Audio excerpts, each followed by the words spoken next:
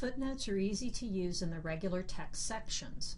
The command is \footnote is one word, and in the curly brackets or required arguments you type the footnote exactly as you want it to appear at the bottom of the page. Sometimes you have to use mini pages and or boxes to move items to certain locations on the page.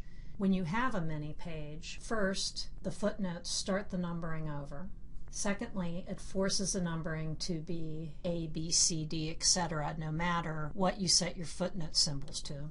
Also, it puts the footnote within the mini page itself. If those things are okay, you can just use the \footnote command. Let's say that I want the footnotes to be symbols. So I'm going to go ahead and I'm going to go into the mini page. It'll just change these symbols for the mini page only.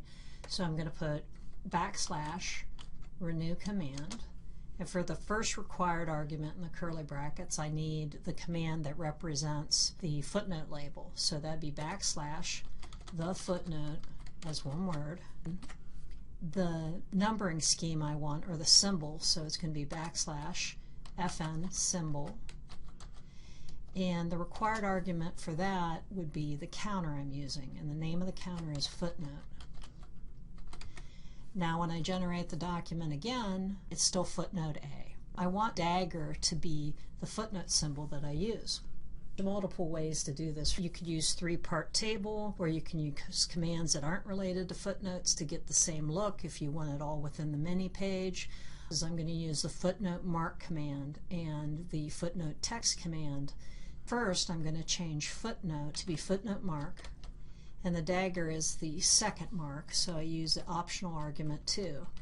And identity matrix, I'm going to go ahead and remove that from that line.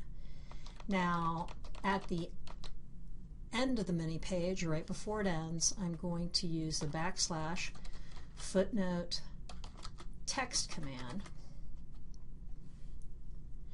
And if I use the number 2 as I did with footnote mark, it still doesn't work properly.